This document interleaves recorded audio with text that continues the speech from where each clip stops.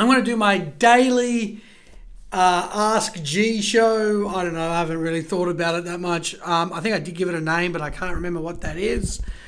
But I just had some interesting thoughts and conversations today that I wanted to share. And I'm actually going live on YouTube for probably the second or third time. And one of the biggest sort of thoughts today have been around, and I've just talked about this at length. I did an SEO Ask Linos show about it. And well, actually, I haven't done the Ask Linos SEO show about it, but I've done a Facebook Live show about it. And I think there's a lot of problems out there and a lot of misconceptions about choosing the right SEO partner. And I want to talk about choosing the right SEO partner and some of my thoughts about even choosing the right social media partner. I think it starts with understanding that this is a service-based business. SEO, social media, they're service-based businesses. Why is that important? Well, essentially it's important because you have to realize you're not buying the same LCD or LED or 4K TV, and you just got to basically decide, am I going to this retailer to buy it, or am I going to this retailer and buying it? When I hear clients saying, we're not going with you, we're going with the other person because, and only because, they are cheaper, well, I think that is a fundamental mistake. And let me give you some of my thoughts on it. We don't mind losing out to clients that go on to agencies and they're still spending around the same amount of money or not much variance. And they believe, because when we charge, we don't charge because we want more money in our pocket. We charge based upon the ambitious goals, first of all. And of course, we have a starting off bracket. But where it goes from there is dictated based upon roughly the difficulty of the industry, how much of that industry do they want to sort of grab market share. And so there's a lot of work that's involved. Most cheap SEO, this is where I can expound on it further. If we're charging, or an agency's charging 5 to 10K a month for SEO service, and then out of the blue, you got this company's going to charge you, and you go with like 4 or 5, and they all give you around the same money. 6K, 7K, some are 8K, some are like 5K, but they're within that bracket range, within that 5K variance. But then you go to a client that's charging, all within, a few K difference. Then you go to a client they're charging, an agency that's changing $450 or $750 a month for search engine, and your industry is difficult. This is a big mistake. If you're in any industry that basically has incredibly large amounts of competition, large amounts of experience, authoritative, competitive, on the ball, producing content, they're a media machine, and you want to basically take their part of their cookie that they're working very hard to keep and to eat, well, then you need to be something special, and you need to be producing out more work that's special. That's why I don't understand how some clients can say, well, it's cheaper, but does that mean they're going to deliver the same service? If even when I get a cleaner for my house, I don't want the cheapest. I want the best. It's going to deliver the best amount of return on investment for my bang, right? So, if I can, it's of course, if two cleaners can do exactly the same job and one is cheaper than the other, sure, that makes sense. But just to go with someone because they're cheaper in a service-based business is a big fundamental mistake. Sometimes it's even been said going with people that are just purely based on experience can be the wrong mistake. And I've heard that plenty of times, especially in the social media realm. I think there's merit to that. I do think there's merit to that.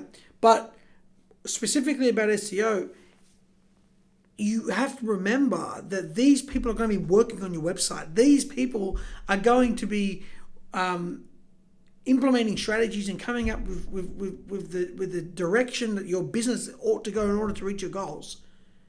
And to understand how much responsibility that they have To therefore only charge $500, $750 should raise red flags immediately. And most of the time, from when we've seen it, when we've seen cheap SEO, it's been very, very bad work. It's just not like there's not a whole lot of work, which is one thing, but there's not a lot of like it's bad work against Google guidelines. It's like link farming, and just crappy spam networks.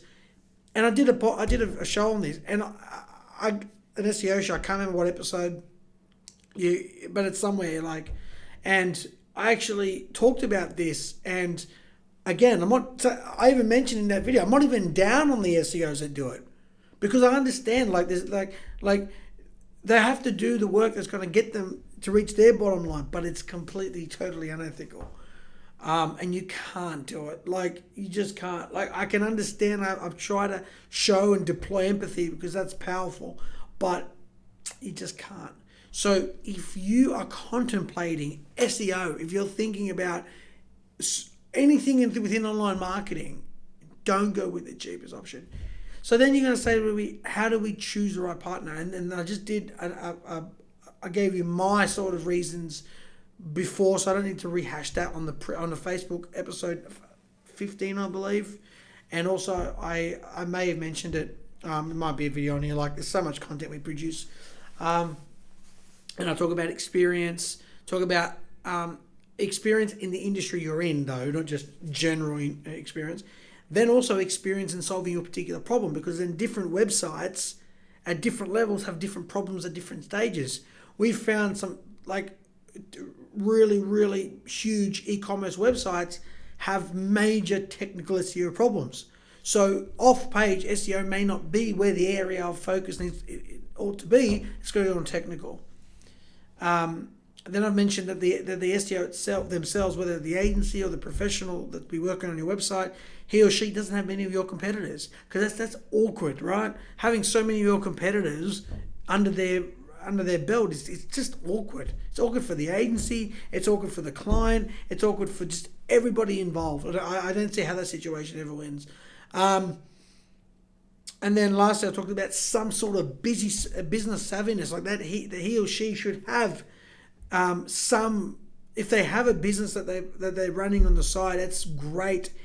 At the very least, they need to have their own website. So that's the 4 that I've given. And when you have your own website, you play around with things, you tinker with things, you experiment with things, and you become sort of more, you have a bigger incentive to keep on learning, even for your own interest, not just because, you want to impress your boss. So there's all sorts of different things. Anyone that we employ has to have their own websites.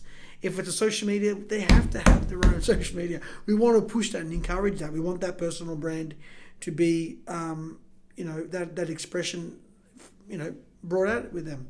So price is the biggest, most problematic decision that clients make. And then we hear the phone calls, they did some dodgy work, or we weren't getting any results, we got manual actions, and then we don't even take that work. We just don't. If we know that there's clients that have been there's blackout work, like we took up a new client a few years ago, still with us, close to 3 years now, from another agency who did no work. Now, obviously, that client is pissed off, and I totally understand, but I get it, because for us, it's better than bad work. And I said to the client over the phone, no work is better than bad work, because if it was bad work, we wouldn't take you on board. We're not going to clean up mess, because again, it's an awkward situation, it's a difficult situation, and we're not that great at it. And I talked about this as well, like what is our like people say, well, what's your weakness within SEO? And actually, I got asked this question when I did my talk back in May. Particularly me as an SEO, I've been doing this for 11 plus years. My biggest weakness is startups. That's startups is my weakness. My strengths are e-commerce sites. My weakness is definitely startups. And a startup e-commerce site is a little bit better than just a startup like another agency or a lawyer or whatever, just like any company pretty much in the startup phase, I've not had that much experience in. And, I don't even feel comfortable sometimes taking them on board because I don't know whether we can truly deliver results. And that's just the way it is. And so we have to have that conversation. So price and understanding that you choose the right SEO based that they can deliver the greatest ROI is where you want to be. Second biggest fundamental mistake is that, unfortunately, we've lost business. We've met the budget. We've lost quite a bit of budget now that I think about it. Budget and clients and people not wanting to sign up because I remember one client in particular. This was probably 3 years ago, and I mapped out they were going to bring on. I can't remember whether they're going to bring someone on or they're going to promote within or give it or delegate the work out to someone else. But I basically mapped out this job description for them. Spend so much time on saying this is what the person is going to be helping me with. This is what they're going to be doing. This is the work that I need them to do. This is what we'll be doing. This is what they need to be doing. And we just mapped it out. Talk about a proposal. We actually built a whole damn job description for these people, right? To then, for that client to go, well, we're going to quit SEO because they'll work with us for a while, and probably about 6 months, and then they said, look, we want to get to the next level, we've got this other website, what can we do? And that's when we mapped it out. And so we were getting results, we're getting visibility, but it wasn't to the level that they wanted it. So we're working on another site, but then they want us to take over another site of theirs. And so if they're going to combine the two websites together, the budget, I can't remember them ever objecting to the budget, but they were objecting to the work that we were going to delegate them in order for them to meet their half of the bargain, for them to sort of say, this is a team effort. We win together, we lose together. Now, I don't, even among my SEO colleagues, I don't really talk about what they do in terms of how much work do they delegate back out to clients. I don't know what their view on it is, but my perspective is that there needs to be the amount of work the client's doing. Under our guidance, sure, definitely. But there needs to be some process involved where the clients are sort of doing our work and then thinking of ways to sort of expand on it. And if we tell them, here's 3 or 4 articles to write, they can think about even some other ones to write about, right? But to come back to us, so the second biggest mistake, let me tie it back to that. The second biggest mistake is when clients don't sign up or they don't want to stay on board because they realize how much work is in it for them. And that's where it becomes, well, we'll go 1 with a cheaper option and 2 with someone that's not going to make us do any work. And I believe those two are just tragedies when they're both together. I just think that in today's competitive marketplace, there's got to be ownership. There's got to be accountability. And I mentioned, of course, the SEO professional has responsibility. The SEO professional has accountability. I get all that. I believe in all that. It's so true. You can't just palm it off all to the client, but vice versa. You can't palm it all off to the SEO. It's a joint venture. And that's why I see our clients as partners. We're in this together, right? We ride together, right? This is a journey that we're both on. And I think businesses make tragic mistakes thinking, well, we'll go with someone cheaper and we'll go with someone that doesn't want to delegate us work to. And I think there's a third one I just thought of now. You don't understand the work that's involved. If you don't see, here's the problem. They usually all go all those three generally go together, because if you know how much work's involved, then you're going to start asking questions. Well, how can you charge $500 a month? And if there's not that much work involved, then you got to question, well, what is actually getting done, and is it enough to get to our goals? If you're in a competitive industry and the budget's under $2,000 or $1,000, you need to look at it seriously.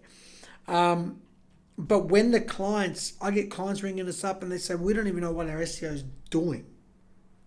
That's a problem. I think the other two are bigger problems, but when you don't know what your SEO is doing, that's a big problem. I think that you really look.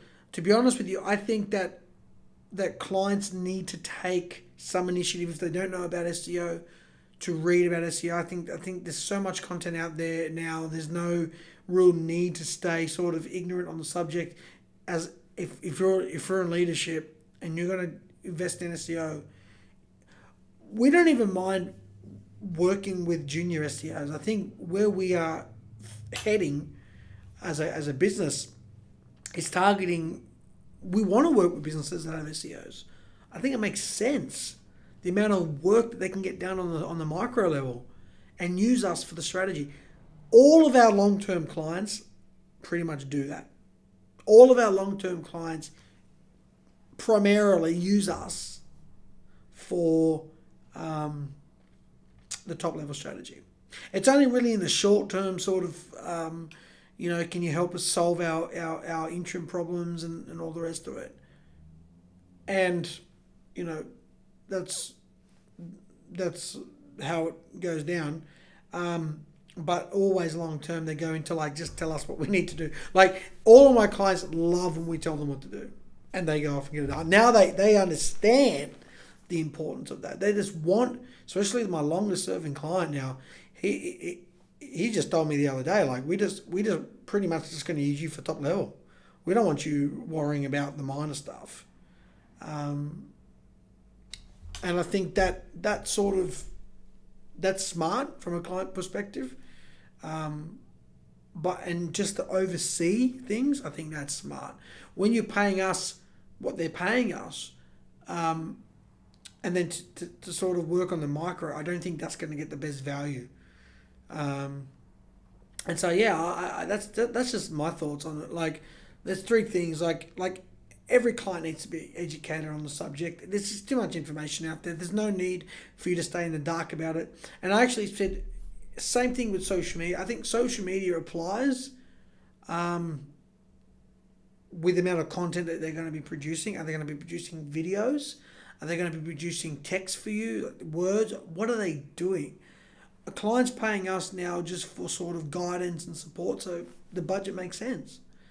But if we are going to be big on the content creation, we're going to be creating videos, proper videos, we're going to be creating all sorts of content for them, well then that needs to be priced accordingly. So more or less those three things go hand in hand, because even within social media we are going to, for example, one of my clients, they need to be big on the white papers on LinkedIn. They're a special niche. They're the CEO's an engineer, and they're doing some great work. And I want them to be the market leader, right? So it's not just the SEO component. The social media is there to help them become the I just dropped my seat. The market leader. So they need to be putting out content that puts them on a pedestal, that sets them on top. And that all that branding is all through content via social media. They should be allowing open communication channels with the executive team, with the CEO, asking questions. We want businesses, because they're a B2B. Their industry is super niche, and not just super niche, it's also super niche to business. Even though now we just ran an ad with around 450,000 people potentially targeted through LinkedIn. So it's niche, but we're targeting a lot of people that buy our product. And so when I say it's niche, on an SEO scale, it's definitely, but when I saw those numbers, I went, wow, maybe social media is a little bit different. But yeah, like I think just getting those three things right. So one, don't go with it. Remember that this is first of all, just remember this is a service-based business. What you get is what you pay for is what you're going to get. Okay, it's not the same thing as buying a TV. Number two, don't work with someone, an SEO agency or social media, only because they're delegating a lot of work to you. That's a sign, in my opinion, in my true opinion, that's a sign of someone that understands that there's a joint venture here, that this is a partnership, that we're going to win together, that this is a team effort. I think that's a good sign. Three, you understand the work that's involved. You understand what's getting done and why. Those are the three things that I believe are essential for setting off the campaign in the right direction. Thanks a lot, guys. It's been a pleasure. If you've got any questions, comment below. Visit Andrew at omegadigital.com.au. Did I say Andrew? Or email me or visit omegadigital.com.au. Thanks a lot, guys. I look forward to hearing from you.